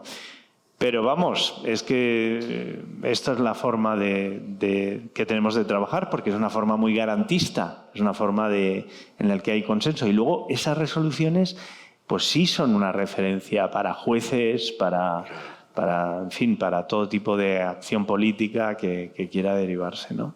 Perdona. ¿Alguna pregunta más? Sí, bueno, pero con relación Mencionaros, acordaros, nombre, porque Pau sepa Ángel Alejandre, de una bodega aquí, Baldwin, de Fuentes Nuevas. Esto sobre lo que ha estado comentando anteriormente, vamos, no ya sobre el tema del vino. La terminología, cosa que me parece que es importantísimo, todo lo que ha resumido. El hacer hincapié en que es, por supuesto, un producto agrícola. Pero yo mi pregunta a la organización es, ¿mantienen la defensa a nivel mundial de que el vino es un alimento necesario? Como terminología, alimento, no bebida alcohólica. Esa era mi pregunta.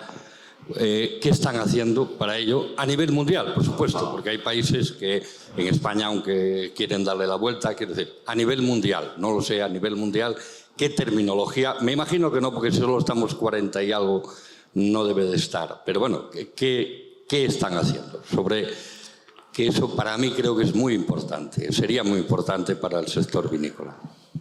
Gracias. No hay ninguna duda. Y eso no es un tema que haya discusión. O sea, no hay discusión sobre si el vino es alimento o no, porque incluso la OMS, dentro del Codex Alimentarius, acepta que un producto del que se incorpora y que fisiológicamente tienes que transformar y forma parte pues, del aporte calórico o de otras partes, ¿no? Pues eso es un alimento desde un punto de vista fisiológico, ¿no? Y funcional. Esto no hay ninguna duda.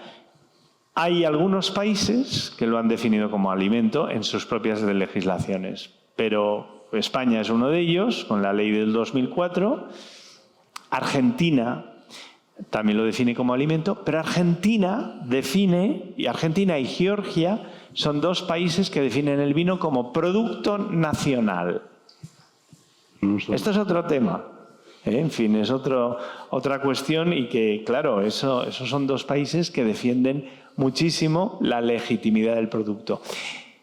Si estamos hablando de que es un alimento o no, no hay discusión. El problema es que la OMS, en fin, una parte de la OMS puede definir que ese es un alimento nocivo, porque es una sustancia que puede generar cáncer. Esto es la discusión y estamos en una vía de deslegitimación del producto. Esto también es un tema de discusión en el que la OIB pues, interviene con otras organizaciones internacionales, sea la Organización Mundial de la Salud, sea pues la OCDE, que también está hablando de temas de salud pública, ¿no? Son cuestiones en las que el sector del vino se pronuncia a través de la OIB, porque el resto de sectores no tienen interlocución, porque no tienen no tienen organismo intergubernamental para sentarse con la OMS. Yo sí. Yo puedo hablar... Por eso viene la pregunta, porque sí, muchos países pero, no lo bueno, tienen. Aunque no voy a desvelar... Bien, aunque la OMS sí lo tiene, sí, muchos países, bueno, muchos no, casi sí, todos los países no lo tienen como producto alimentario, que sería importantísimo. Pero no es tanto la gran el producto defensa. alimentario Bueno, ¿qué defensa está haciendo? Por eso exacto, digo, la Organización bien, Internacional del Vino. Pero para que bueno, precisamente... No voy a desvelar no una parte de las conversaciones que estamos teniendo, porque además son a largo plazo. No las voy a concluir yo, porque me queda 1 año y medio de mandato.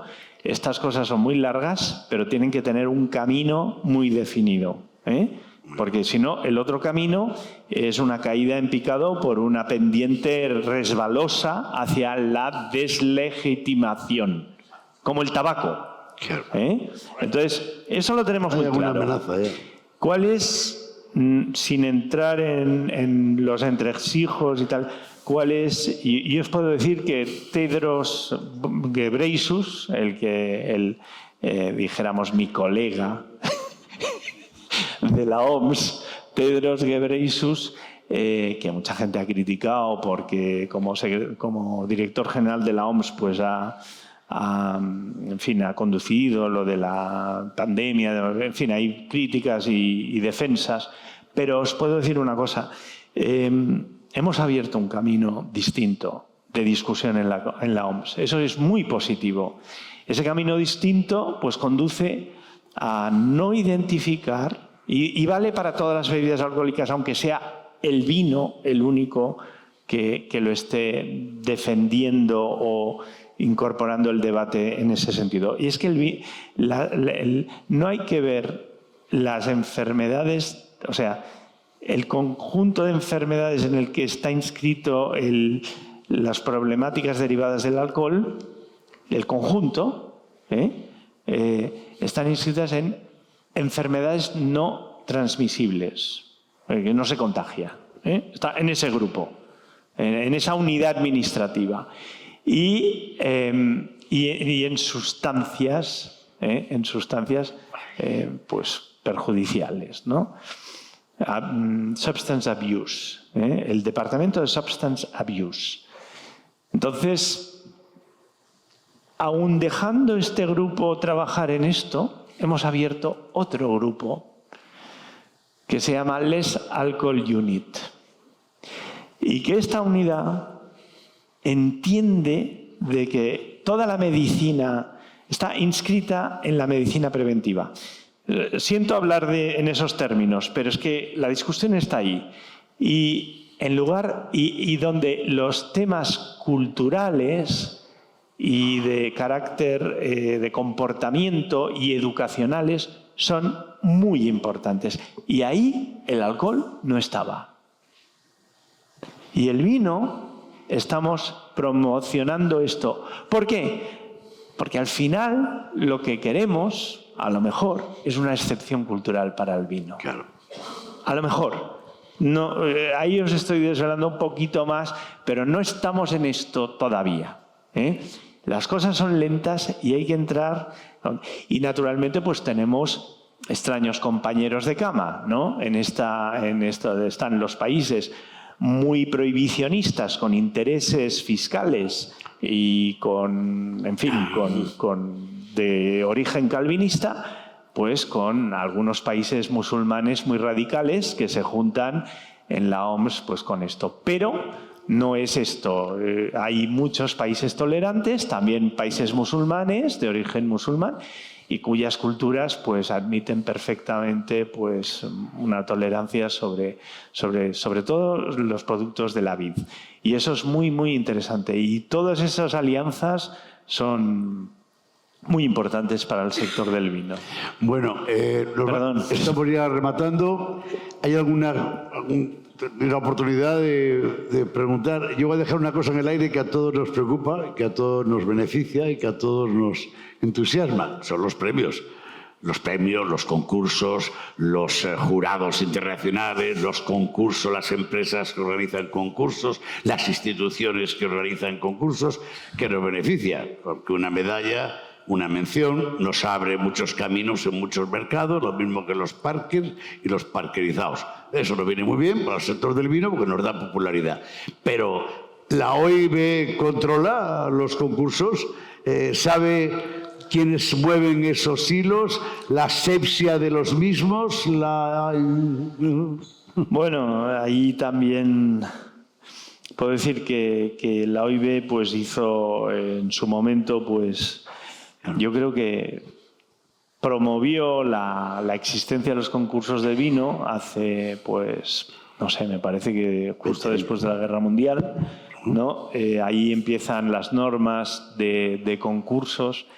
En su momento todos los concursos seguían las normas de la OIB, número de medallas, tal. Bueno, pues se ha demostrado, bueno, y luego se ha demostrado que este es un sistema muy adaptado a la promoción de pequeños productores. Está muy adaptado a un sistema muy democrático de promoción, por decirlo de alguna manera, porque no todas las bodegas pueden hacer, pues eso, una publicidad, una promoción de marca, y sin embargo, pues mutualizando el esfuerzo, pagando todos una cantidad que era por muestra, pues era una forma de mutualizar un esfuerzo de forma que alguien, un árbitro exterior, pues decidiera quién se llevaba el premio. Bueno, esto pues ha tenido su gran éxito y luego pues se ha constituido en un sistema pues ya de negocio per se, ¿no? Y entonces yo creo que ya es el momento en que la OIB pues ya fijó los criterios, fijó tal. Ahora hay muy pocos concursos que sigan estrictamente las normas de la OIB. Aquellos que los siguen, los verificamos, los controlamos y les retiramos o no el patrocinio, pero francamente creo que esto ya ha superado un nivel, ya hay una madurez que la privatización de los concursos, y hay concursos muy grandes, el de Canadá, el de Bruselas, el de tal, que les da igual las normas de la OIB y sin embargo pues siguen esta filosofía de mutualizar y de dar un premio, lo cual no está nada mal. Una vez se han cumplido esos objetivos, yo creo que la OIB no está para seguir en ellos, sino que puede retirarse, ¿no? Muy bien. Bueno, Pau, pues ha sido un placer. Fito. Una nada más, lo hago sin micro, no hace falta. No, tienes micro. Micro. Como, bueno, muy buenas, soy Adolfo Benítez, ya nos hemos conocido. Gracias por haberme invitado a esta tierra tan maravillosa como es el Bierzo, y a Flor y a José Luis por invitarme personalmente.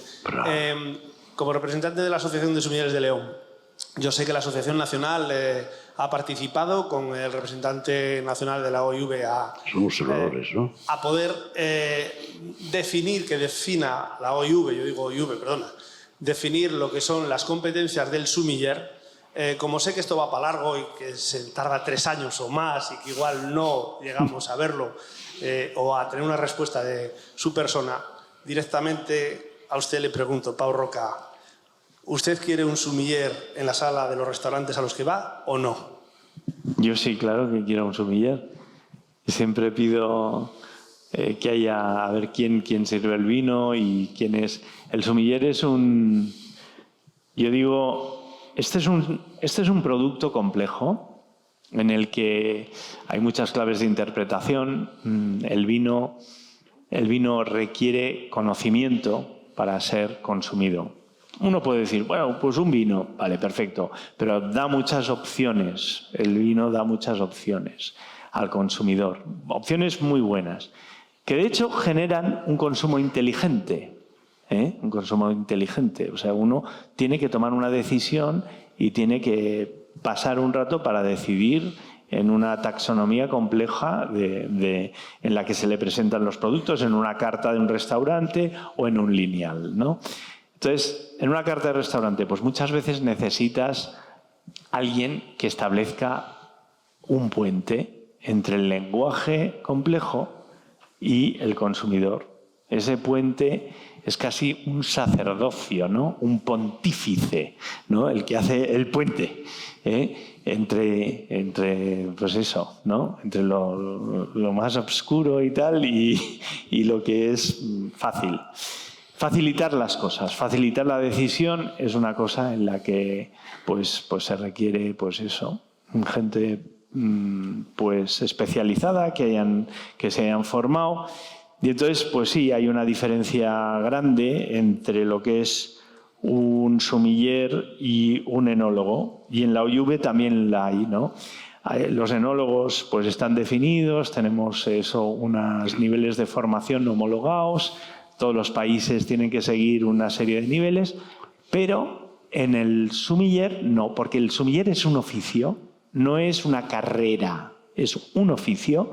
Y entonces yo estoy más por la evaluación entre pares, una evaluación de oficio, ¿no? De lo que antes era un gremio que decía, pues este ha pasado por el aprendizaje con nosotros, que somos el bloque que decidimos. O sea, los profesionales deciden quiénes se incorporan o no.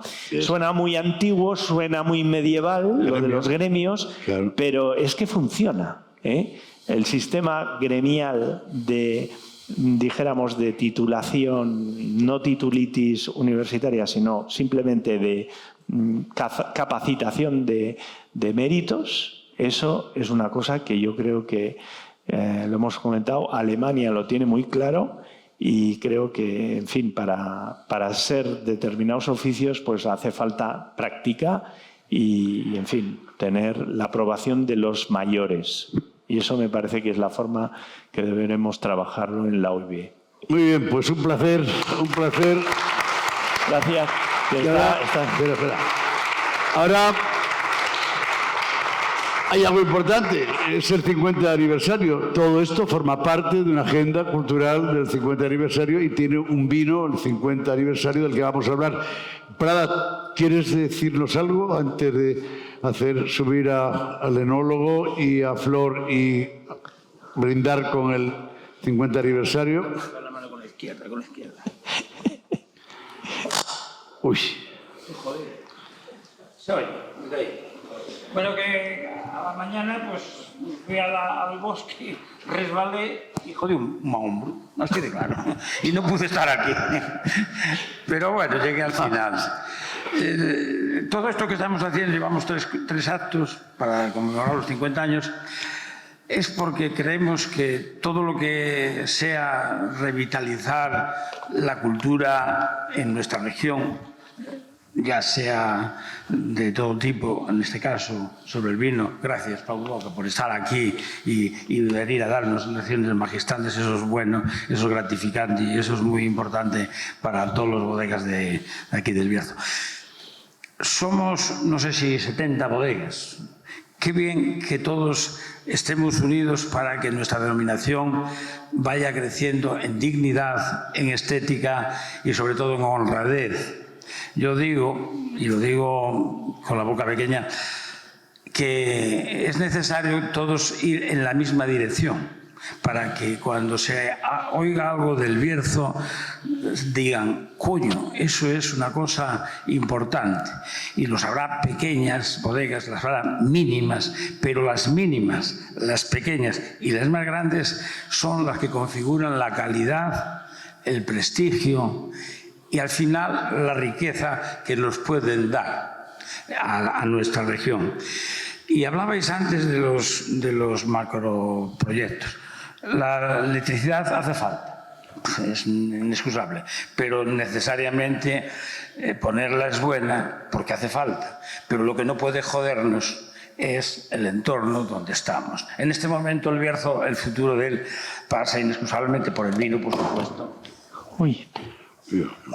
Pero también pasa por la belleza estética de nuestro paisaje. Y quien crea belleza en nuestro paisaje son esos viñedos tan exuberantes que hemos visto ayer.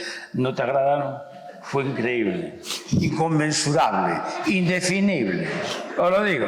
O sea, fuimos a dar una vuelta por allá arriba y fuimos después al Castro. Y lo mismo me sobrecogía, pero tú y tu mujer a que sorprendió más. Sí. Es que no se lo creían. O sea, bueno, el Bierzo se oye hablar, pero es una cosa así, bueno, entre otras cosas que hablan ya del Prada de hace tiempo y tal, y dice, bueno, es una cosa, bueno, de risa. Pero cuando se ven las plantaciones, se ve la belleza que han creado y lo que están creando, eso es sobrecogedor. Lo que no podemos permitir es que por el medio de nuestras viñas pueda pasar esa electricidad, que es necesaria, que hace falta, pero lo que pues tenemos que buscar la manera de que no nos joda el medio donde vivimos y además el futuro inexcusable de turismo de calidad para el viaje. Les voy a decir una cosa, hace 40 años yo hablaba de turismo y todo el mundo se ponía, bueno, esto es un cuento, todo eso es un rollo, el carbón y no sé qué, y las empresas y las centrales y tal. Ahora todo Dios se da cuenta.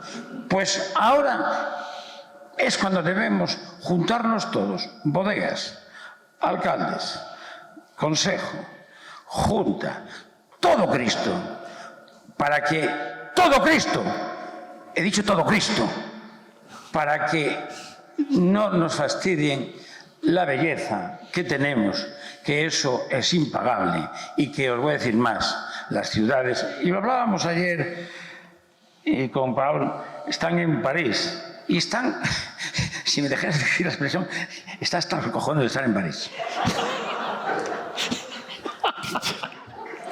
¿Por qué? Porque las ciudades siguen creciendo, porque las ciudades cada vez crecen más y que las ciudades cuanto más crecen, más se hace la vida imposible para vivir en ellas. Y hoy, si nosotros tenemos un hábitat en la que podemos vivir dignamente y no vivir de grandes aventuras y sobre todo de riqueza. La riqueza para mí, para mucha gente ya, es la riqueza del vivir diario y que puedas subsistir con dignidad y que puedas tener a tus hijos con dignidad y que puedas de paso también sentarte a ver el sol y las estrellas como hicimos ayer. Y yo digo más, poder echarte una meada, una cagadita debajo de un árbol. Aplaudir.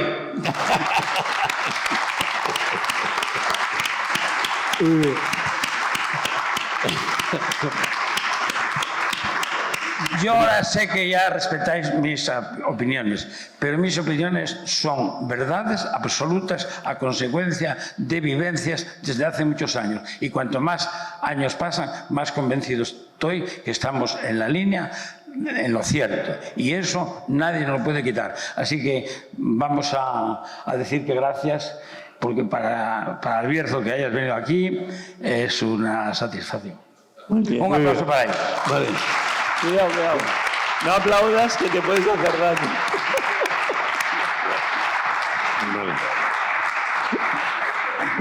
Vale, ponemos el centro, vamos al centro. A ver, no te quiero tocar el hombro ese ahí, dañado. Sí. Pau, bueno, pues, si no se llega a dañar el hombro, salimos hoy todos para Madrid a protestar por lo que pueda pasar. ¿Pero estás a tope o no? Ahora brindaremos todos juntos, pero... No está a tope, es la primera vez en 50 años. Bueno, yo creo que un aniversario como este, pues lógicamente había que celebrarlo de muchas formas. Y una de ellas, vamos a presentar varias cosas a lo largo del año, pero una era este vino que probábamos esta mañana en la cata, Fito, en el que todos coincidíais que es una cosecha 2017, una cosecha en que todos recordaréis seguramente, porque parte del viñedo. Nosotros tuvimos la suerte, en la vida sí que hay factores de suerte, y esta la fue, pero tampoco fue una suerte. Al final el viñedo, esa zona en la que está, esa zona de altura, esa buena ventilación, ese empeño de Prada por plantar esa viña del Picantal ahí arriba en contra de todos, bueno, pues hizo que ese año pudiéramos sacar ese vino y que José Manuel, nuestro enólogo, fuese por el que se decidiese que fuese el vino del 50 aniversario.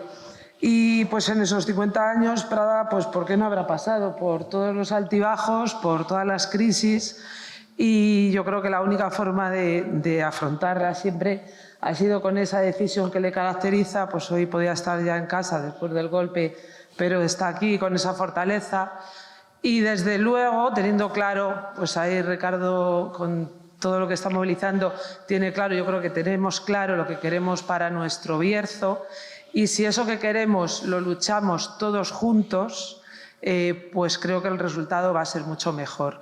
Y quizás este vino lo que representa es esa fuerza, esa redondez, esa unión que tenemos que tener todos y por la que espero que ahora en un momento pues en el jardín podamos brindar. A muchos os veo en las ferias, a otros os veo menos y de nuevo pues muchísimas gracias por acompañarnos a esta charla. Pau, espero que esta sea la primera de tu visita al Bierzo, pero que haya muchas otras y que nos puedas contar cosas interesantes que afecten al Bierzo siempre en positivo. Gracias. Muy bien.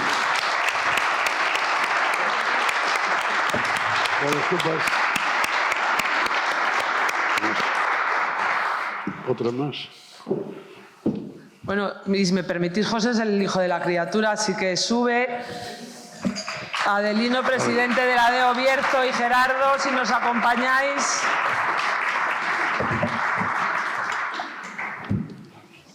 Presidente Bierzo, y no, Gerardo. Muchas gracias. Qué bien nos ha salido, ¿eh? ¿Quién falta? Qué bien nos ha salido este, ¿eh? Vale. Sí. Bueno, para la foto ahora... Bueno, ponte tú para el medio. Para el medio. Sí, para el medio, sí, las fotos quedan por siempre luego ahí. Eso es. Vale, a tope.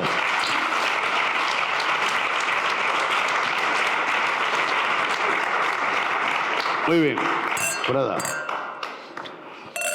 Mirad ahí, por favor, mirad ahí. Bueno.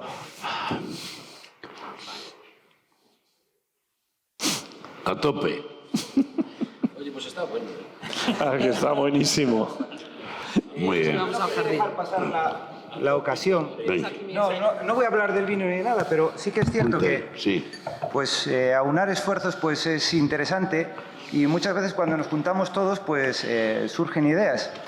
Entonces yo, si me lo permitís, quería presentaros a Óscar Cela y que se le ha ocurrido ahora mientras estábamos ahí pues una posible estrategia y en el que estamos ahora todos juntos. Pues te invito, Óscar, que subas y nos la cuentes cómo podemos actuar para tratar de parar esta... En la plaza lo llamamos espontáneos esto. De maravilla.